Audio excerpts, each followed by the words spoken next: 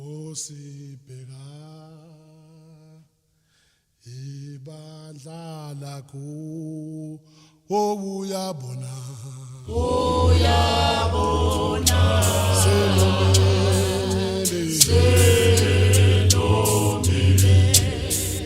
imathise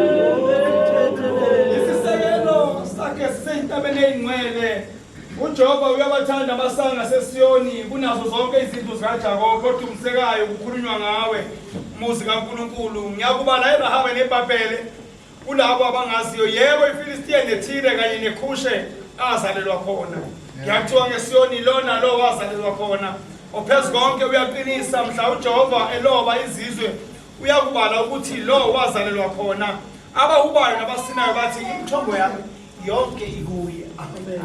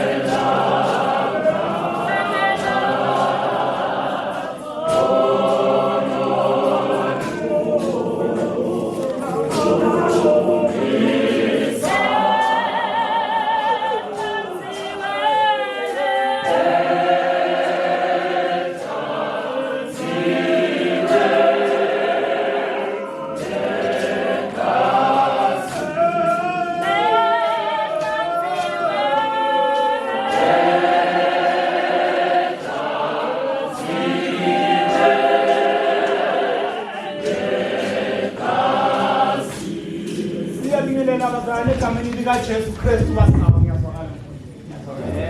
Siyabingelela amanqele egameni likaJesu Kristu waseNazaretha ngokukhethekile siyabingelele ibingelelo sokhaya ama-archbishop baba wethu umkhuluzwane nogogo ngokukhethekile ama-archbishop bonke sinawo endlini amabhishopi abaholi bonke ngiqhudazele nobomama ibandla elingcwele sibingelele ikhwaya elingcwele ngokukhethekile sibingelele baba wethu ubaba ubhishopi nomama ubhishopi Mganga egameni likaJesu amen. Siyabonga nje inkonzo izongena kuyincane kakhulu inkonzo yokuzodlisa abaholi bamisihlo. Amen bangcwele. Kunezwi la uJesu ethi bafundi bakhe odla lesi sinkwa aphuze lesi sitsha umemezela ukufa nokuvuka kwenkosi izifike. Engizokulungisa namhlanje ukuthi baba uMganga nomama uma ngabe mhlawumbe beningakamemezeli ukufa nokuvuka namhlanje nizodla isidlo maningena kule jeni yenu entsha nizomemezela ukufa nokuvuka kukaKristu Jesu inkosi izifike. Amen. Amen. Ngizobenza manje ngeculo nje elimnandi bafowethu ngizocela ukuthi ubaba nomama bazongikhanyisela nezibane kuhambo lusha mholi nomama egameni likaJesu nikhanyise bese ke singene enkonzweni yethu. Ubaba wami esazongifundela incwadi kaJohane lapha yana ku chapter 13 iverse nje elika 4 nelika 8 bese ngenza lo msebenzi inkosi yomusa ibusise amen.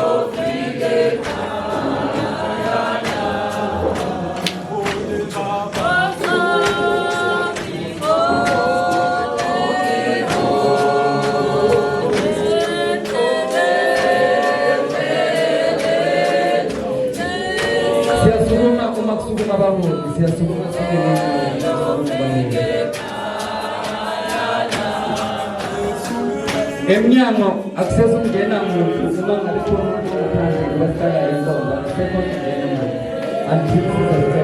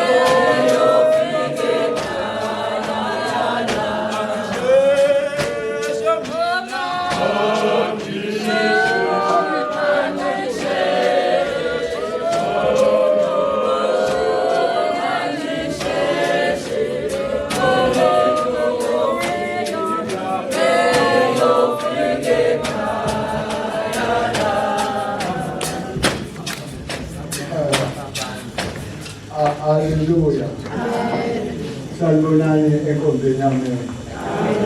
uNkulunkulu emhle eqinile bazalwane. Siyambonga. Haleluya. Amen. Esilondile wazifika leli sikhathi esaziwa nguye. Haleluya. Amen. Ebesisihlela thina ngokuhlela kwethu kodwa ngenhlanhla kaNkulunkulu. Kwenze intando yakhe akenzanga intando bithandwa yithi. Haleluya. Ngiyaxolisa abantu abami ayibonkosi. Sibele endlini enkonzweni. Angikuthandi ukungena enkonzweni ngalesikhathi. Haleluya. Akuzwakali kahle. Uma uhlaba abawuthatha ezulwini ngale kwa1 uyaphi lo baba uthatha ezulwini? Uyaphi uma uhlanga ngale kwa112 uyaphi? Haleluya. Sengelinye ilanga phela lelo. Akusilanga bethubalele libe khona hayi konkosi. Ngakho-ke ngiyabonga bazalwane nonke abakhama ey'ndaweni zonke bonke abaholi abakhona kuleli bandla esinabo lapha namhlanje ngiyabonga bekungelela nabo egameni lenkosi Jesu Kristu. Ngakho ngathi uNkulunkulu angabasiza sesizoqala umsebenzi zocela nje bonke obaba abagcotshwa. Haleluya. Basondele baze umlekelela. Haleluya. Ngoba abanye bayangibona kodwa amagroup ayabilisa. Haleluya. Ngoba ngibona ngibhake ngathi ngibhake imbuzi akusintando yami. Ngizama ukubona indlela. Haleluya. uNkulunkulu emhleke ngibonga isikhathi ngoba sesifikile. Haleluya. Namhlanje sicela ugcoba ubishop kazi. Haleluya. Nathi baba yegama egameni lenkosi. Baba umkakha. Angizuqala phansi. Haleluya. Mina ngizogcwalisa. uJesu bese kugcobile. Haleluya. Amen. Mina ngizogcwalisa. Haleluya. Njengokufanelekile ukuthi ngigcwalise uSawula nxa ezogcoba. Ufuna amadodana uthi apha amadodana onke. Haleluya. Uthiwa bayaphelele uthi kodwa wakapheleli ngoba akekho omunye. Ayibonkuzi. Uyavela ukuthi uyaqhamuka uDavid. Amen. Amen. Uyaqhamuka uDavid kuthiwa nami ngofanele agcotshe. Amen. Nami-ke ngizogcwasa lokho ukuthi-ke namhlanje ngicwasa ukuthi sizogcoba ubhishophu umkakha noma ubhishophukazi umkakha. Haleluya. Egameni lenkosi Jesu Kristu. Ngibonga abazalwane bonke mabezobona lapho bengezwa ngendaba ukuthi ubaba umkakha ugcotshiwe kanjani. Ngiyabonga abaholi. Nani-ke ngizocela nisondele mase sileqala umsebenzi bese siyagcoba. Amen. Nkosi busisi.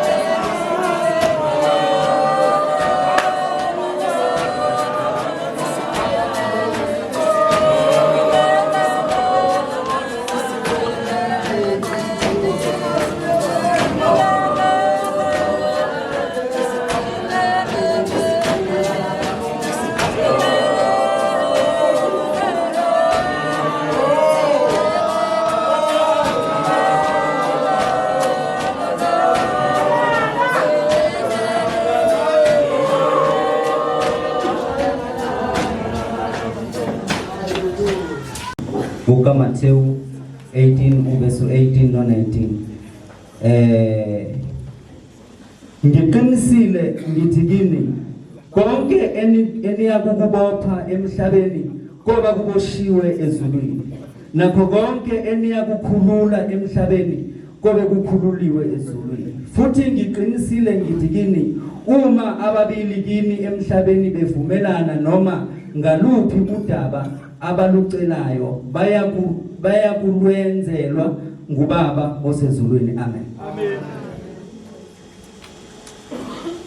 Njengamanje kushuthi sizongena nje encwadini noma enkonzweni le eyifungo. Amen.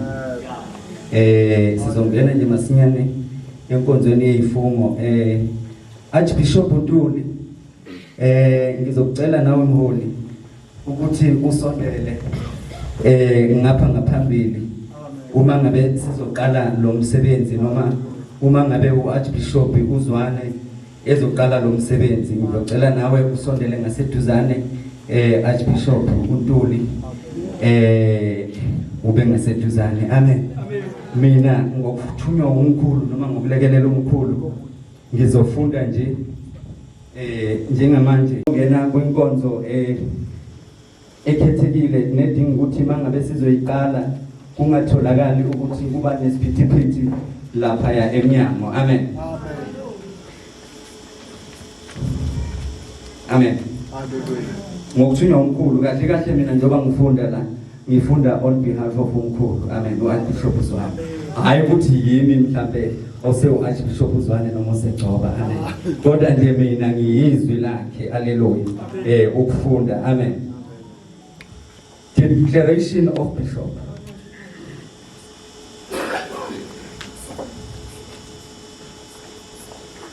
Kufunda umfungisi kushuthi ngalesikhathi ngingamanje umkhulu ngimi phambi kukaJehova uqobo nebandla lonke elingofakazi emsebenzini lana njengamanje i-declaration of Bishop uMkakhe.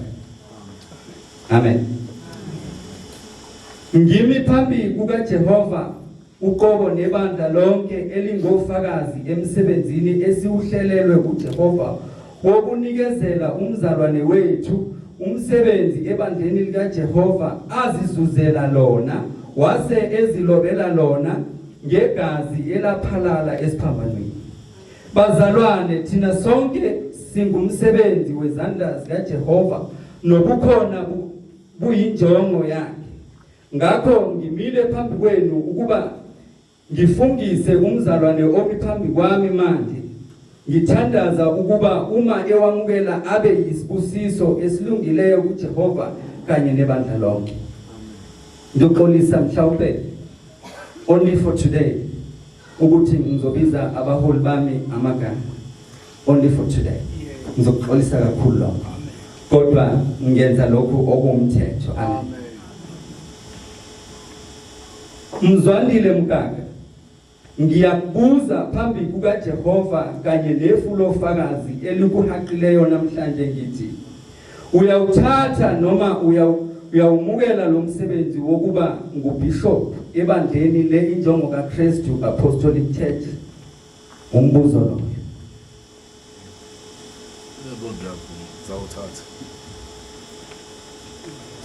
Siqhubeke. Uzoba isibonelo esihle na?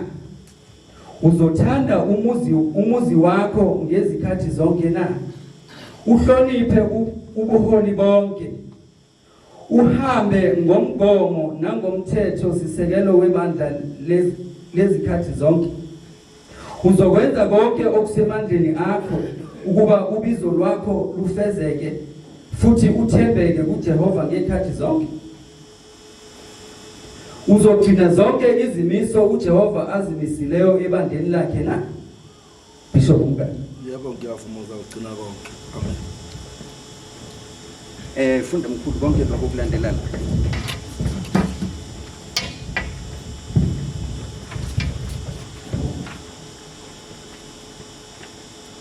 Ngiyamukela umsebenzi enginikwa wona phambi kukaJehova nebandla elikhona. Ngiyethembisa ukumesaba uJehova, ukumelekelela ukugcina izimiso zakhe zonke ebuhleni nasebubini. Ngizimisele ukusebenzeleni ibandla ngobuqotho nemithetho yonke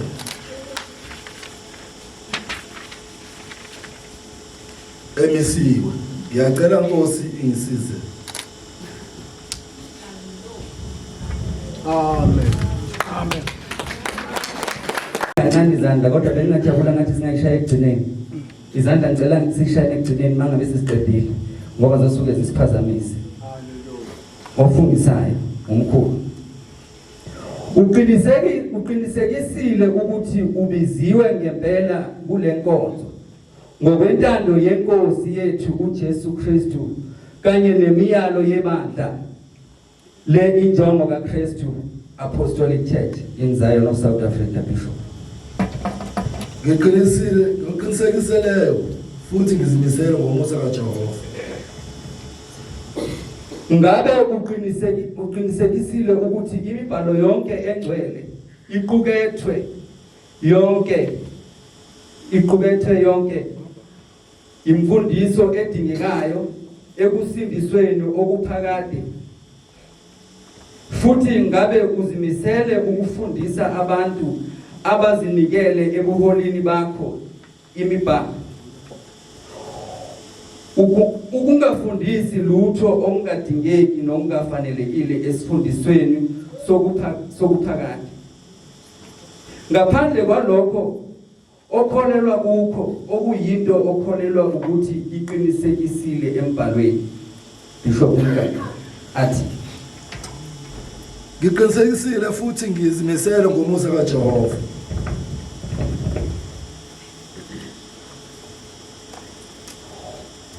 Ofundisayo uzokwazi ukufunda imibhalo engcwele ngokuthembeka, ukhuleke kuJehova akuphe ukuyinqoba imibhalo ukuze ukwazi ukufundisa nokukhuthaza ngezimfundiso ezinhle, ukumelana nokulungisa abaphikisana nazo na. Yebo, ngokusizwa inkosi. Ngabe uzokwazi ukuxosha zonke izifundiso ezingamhloniphi uNkulunkulu, uphile ukuphila okulungileyo kokuhlonipha uNkulunkulu ukuze nenkambo yakho ihlonipheke, ukuze omubi ahlazeke, kungabi bikho okubi okungasho ngawe na. Yebo, ngizokwenza njalo ngokusizwa inkosi.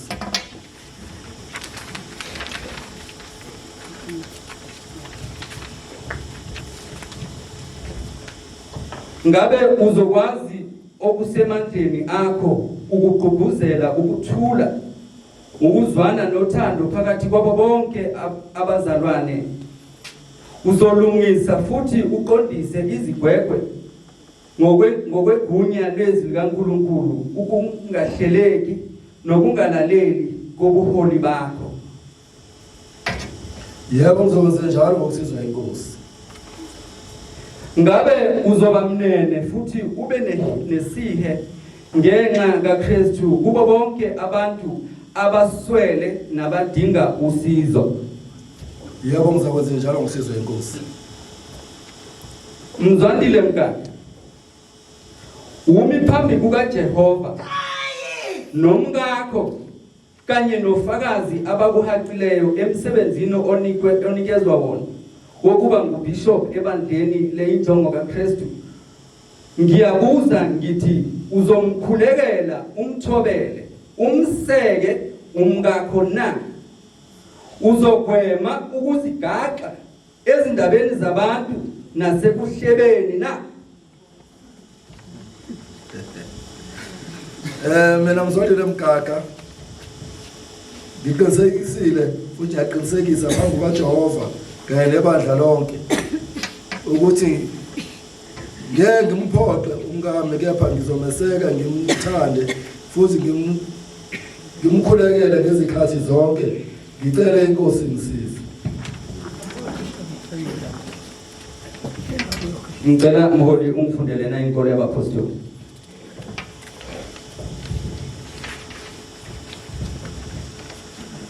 Ngiyakholwa kuNkulunkulu isemeni amandla onke, omdali nezulu nomhlaba, Nangu uJesu Kristu indodana yakhe ezelwe iyodwa inkosi yethu, owathathathwa ngomoya oyingcwele wazalwa nguMaria intombi, wahlupheka ngaphansi kukampostoli uPilato, wabethelwa esiphambanweni, wafa, wawembelwa, wehlela endaweni yabafileyo. Ngosuku lwesithathu wavuka kwabafileyo, wenyukela ezulwini, lapho ehlezi khona ngosomnene sikaNkulunkulu uyise ngamandla onke. Lapho ayobuya khona akwehlulela phambili abaphilayo nabafileyo. Siyakholwa kuwo umoya oyingcwele, nakulo ibandla elingcwele elisemhlabeni wonke, nakubo ubudlelwane kwabazingcwele, nakukho ukuthathelelwa kwezono, nakukho ukuvuka komzimba ekufeni, nakukho ukuphila okuphakathi. Amen. Ngiyabonga Bishop. Njengamanje sizongena declaration kamama, niyangiphazamisa niyangiphazamisa kakhulu. Njengamanje sizongena declaration kamama.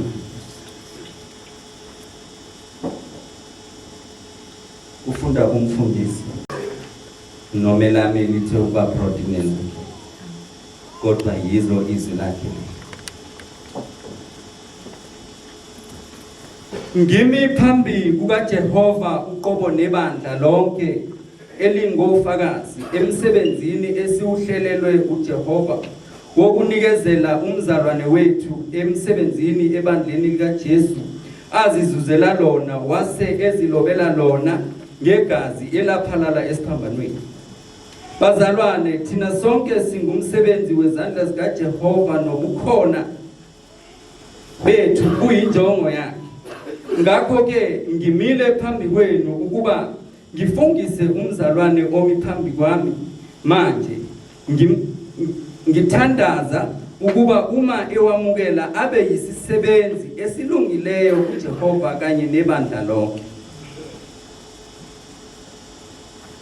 Miriam Mkanda, ngiyakubuza phambi kukaJehova kanye nefulofakazi elikuhaqileyo namhlanje ngithi, uyawuthatha uyawamukela lo msebenzi wokuba nguLady Bishop ebandleni lenjongo kaKristu Apostolic Church? Uzoba yisibonelo esihle na? Uzothanda umuzi wakho ngezikhathi zonke na? Uzohlonipha ubuholi bonke, uhambe ngomgomo nangothando nangomthetho sisekelo webandla lezikhathi zonke? Uzokwenza konke okusemandleni akho ukuba ubizo lwakho lufezeke futhi uthembeke kuJehova ngezikhathi zonke. Uzogcina zonke izimiso kuJehova azimisileyo ebandleni lakhe na? Ngiyawamukela umsebenzi enginikwa wona phambi kukaJehova nebandla lonke elikhona. Ngiyethembisa ukumesaba uJehova,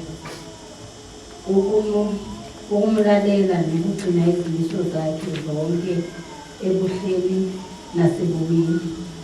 Ngizimisele ukusebenzela ibandla ngobuqotho nemithetho yonke.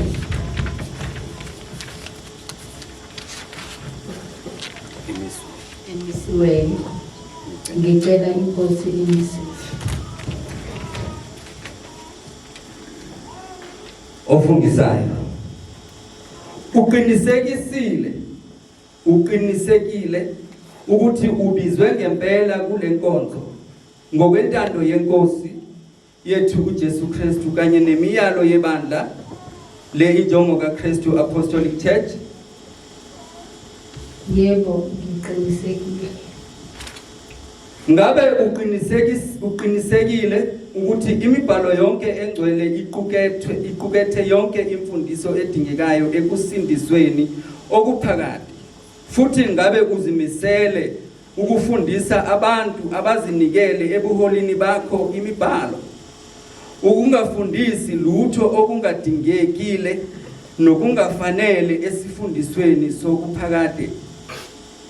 ngaphandle kwalokho okholelwa kukho okuyinto okholelwa ukuthi iqinisekisiwe embhalweni. Lady Bishop Mgaga athi ngiqinisekile futhi ngizimisele ngomusa kaJehova. uzokwazi ukufunda imbhalo engcwele ngokuthembeka ukhuleke kuJehova akuphe ukuyinqoba imibhalo ukuze ukwazi ukufundisa nokukhuthaza ngezimfundiso ezinhle ukumelana nokulungisa abaphikisana nazo na. Yebo, ngokusiza uJehova. Ngabe uzokwazi ukuxosha zonke izifundiso ezingamhloniphi uNkulunkulu ukuphila okulungileyo kokuhlonipha uNkulunkulu ukuze nenkambo yakho ihlonipheke ukuze omubi ahlazeke ngaphambi lungisa nayimakhe ngaphambi kungabibikho ukuba angakusho ngawe na. Yebo, ngizokwenza njalo ngokusiza inkosi.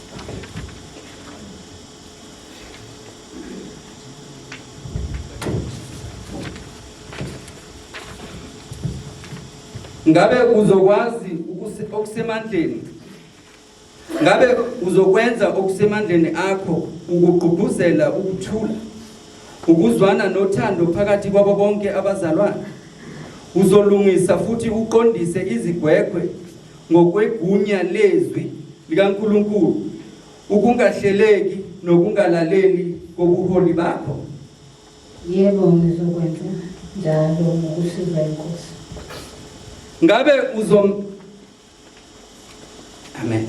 Ngabe uzoba mnene futhi ube nesihe ngenxa kaKristu kubo bonke abantu abaswele nabadinga usizo. Yebo, ngizokwenza njalo ngokusiza inkosi. Miriam Mgaga umi phambi kukaJehova nomyeni wakho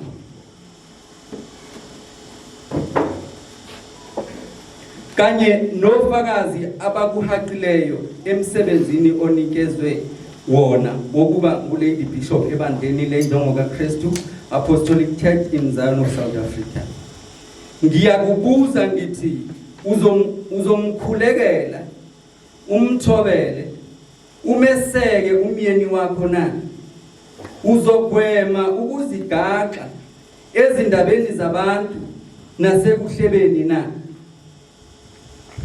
Mina Miriam Mgaga ngiqinisekile phambi kukaJehova kanye nebandla lonke ukuthi ngeke ngimuphoqe umyeni wami. Ngizomeseka, ngimukhulekele, ngimuthobele izikhathi zonke. Ngicela inkosi ingisize. Lady Bishop Mgaga ngicela ungifundele nayi inkolo yababa. Amen. Ngiyakholwa kuNkulunkulu uyise umninimandla wonke umdali wezulu nomhlaba nakuye Jesu Kristu indodana yakhe ezelweyo inkosi yethu owathathwa ngumoya oyingcwele wazala nguMariya intombi wahlupheka ngaphansi kukaMpostoli Pilato wabethelwa esiphambanweni wafa wendlela wehlela endaweni yabafileyo ngosuku lwesithathu wavuka kwabafileyo wenyukela ezulwini lapho ehlezi khona ngasokunene sikaNkulunkulu uyise umninimandla wonke lapho ayobuya khona ukwahlulela abaphilayo nabafileyo. Siyakholwa kumoya oyingcwele nakulo ibandla elingcwele elisemhlabeni wonke nakubo ubudlelwane kwabangcwele nakukho ukubethelwa kwezono nakukho ukuvuka komzimba ekufeni nakukho ukuphila okuphakathi. Amen. Ngiyabonga Lady Bishop Mgaga. Njengamanje nginama-declaration lawa noma ama-vows siphila kwi-democratic country noma sigavenwa umthetho wezwe lase-South Africa. Lapho zonke izinto ziphinde zidinge babantulu ukuthi ziphinde shicilelwe nangokwesingisi, ngoba uma so-submitha ePretoria kuyadinga ukuthi si-attach naloko kwesingisi as much as naloko kwesiZulu kufuneke sikufake, naloko kwesingisi kufuneke sikufake ukuze sikomplaye, ngoba i-compliance kakhulu. Amen. Njengamanje babumgaga lapho uzofunda isingisi ke lesibhalo lapho ngoli, kodwa nje uzosinenga nawe uhambe naso kancane size siyofika ekugcineni. Nawe ngokunjalo mamumgaga isingisi lesibhalo lapho uzosinenga nje kancane usifunde nje ungajahi uziyofika ekugcineni, bese emva kwalokho ngizobe sengibuyisela kubaholi besebenza umsebenzi woqobo. Amen. I have been called to devote my life to be service to the fellow human beings. I have chosen to manifest this calling in the form of spiritual ministry, and on that basis, I give all my oath and honor to the Injongwa Christ Apostolic Church. I solemnize and empower that ministry. I recognize that everyone follows their own path to spiritual awakening, and as a member and priest of the Injongwa Christ Apostolic Church, I vow to respect all paths and honor each person's personal journey towards their eternal truth. I further recognize the diversity of the world and vow to perform my ministerial duties without prejudice of any kind and bring only the truth of the Holy Scripture of the Bible. Also, as in the book of Mark 16, verse 15, go into all the whole world and preach the gospel to everyone creature. I agree to all the canons of Injongwa Christ Apostolic Church, the Apostle Creed, the Holy Bible, the 9th article of religion, and the 7th ecumenical council, to further my educational in the ministries, to better serve God, others, and myself, in the acknowledge of the truth of the Scripture, as in the book 2 Timothy 2:15. Study to show thyself approved unto God, a workman that needeth not to be ashamed, rightly dividing the word of truth. I am led to profess, vow to live the lifestyle of the priest in the apostolic order of the Injongwa Christ Apostolic Church. I subscribe to all the above vows, with the difference being that of ordination as a bishop shall be granted by the Archbishop of Injongwa Christ Apostolic Church in Zion of South Africa, and within the holy order of the apostolic priesthood of the apostolic rites. I take this oath freely and in faith of our Lord Jesus Christ, that will guide me into the ministry of the one holy apostolic church, to be as a teacher of Christ and of the holy scripture of the truth, and living the word. I will maintain within the priesthood of the apostolic holy order. These vows I hereby make a matter of public record and promise to eternally keep, for the good of all and witness of our Heavenly Father, as honor to Him, by my signature and date below as follows. Amen. Amen. Thank you, Bishop. I have been called to devote my life to being service to my fellow human beings. I have chosen to manifest this calling in the form of spiritual ministry, and on that basis, I give on my oath and honor to the Injongwa Christ Apostolic Church to sow life and empowered that ministry. I recognize that everyone follows their own path of spirituality awakening, and as a member and priest of the Indomoga Christ Apostolic Church in Zion, a vow to respect all path and honor each person personally join towards the eternal truth. I further recognize the diversity of the world and vow to perform my ministerial duties without prejudice of any kind of, and bring all the truth on the Holy Scriptures of the Bible.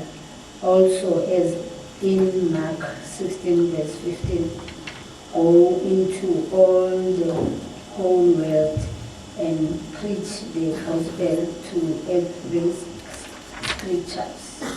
I agree to all the canon of Indomoga Christ Apostolic Church in Zion,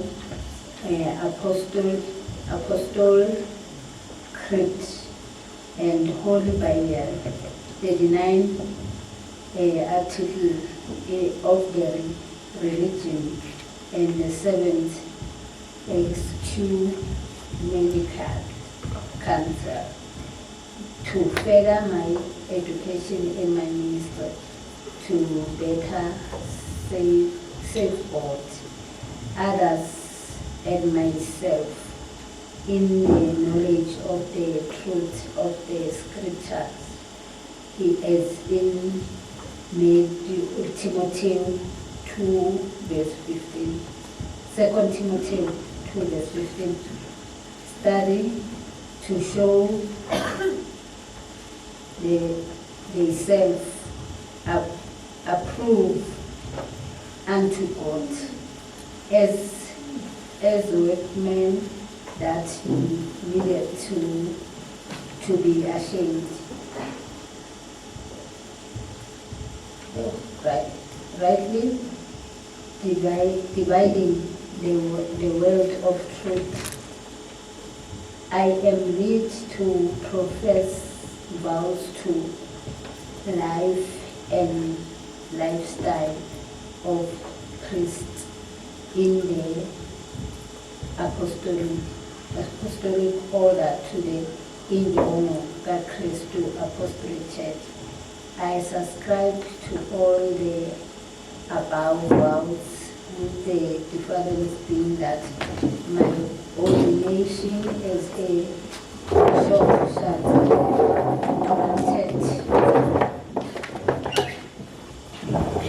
shall be granted by the Archbishop of Indomoga Christ Apostolic Church in Zion of South Africa, and within the Holy Order of Apostolic Priesthood of Apostolic Christ.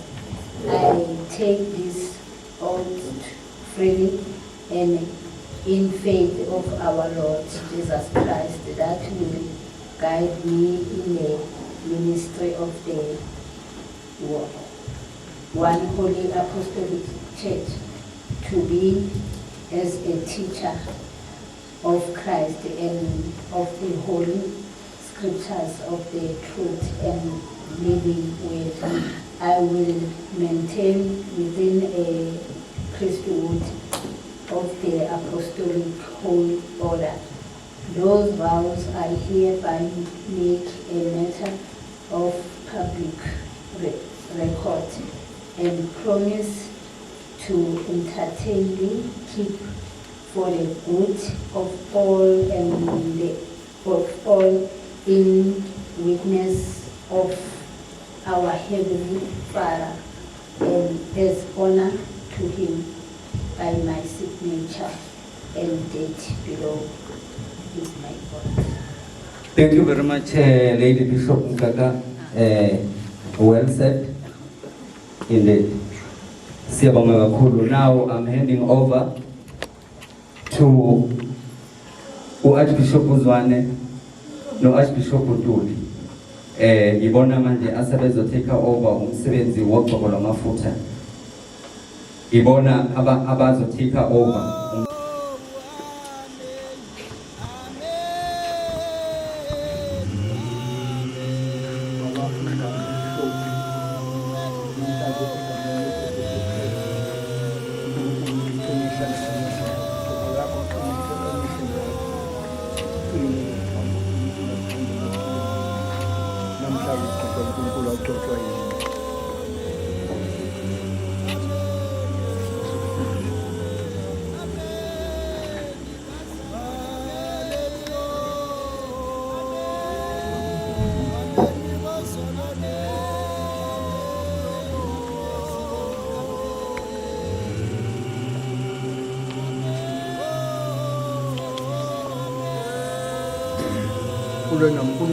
Baba wethu namandla ongesonto sethu Jesu Baba egameni lika Jesu wena mkazi wengiyelisa kodwa nayincedi yakho egameni namandla ilonda ke kodwa namlungu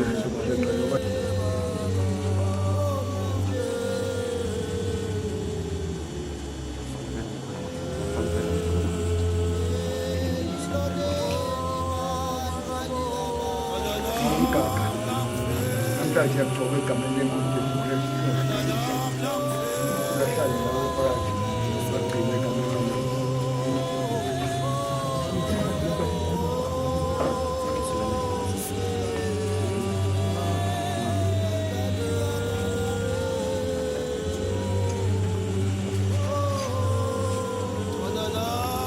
uNkulunkulu usikhawuthemba leqiniso ukuthi amagama inceke yakho baba basiphatha begameni abe ngumsizi othembekile abacela kosezila abantu bonke izinto ezisazithembisile ukuthi usigcine uhlale naye emoyeni ubagcine kuhlekonselo ngakho ngoba wena ukuthi ubaphelomandla ukuthi ubakhale Jesu bekhona baxoxe namanje sikuthina lapha abantu bakhulisa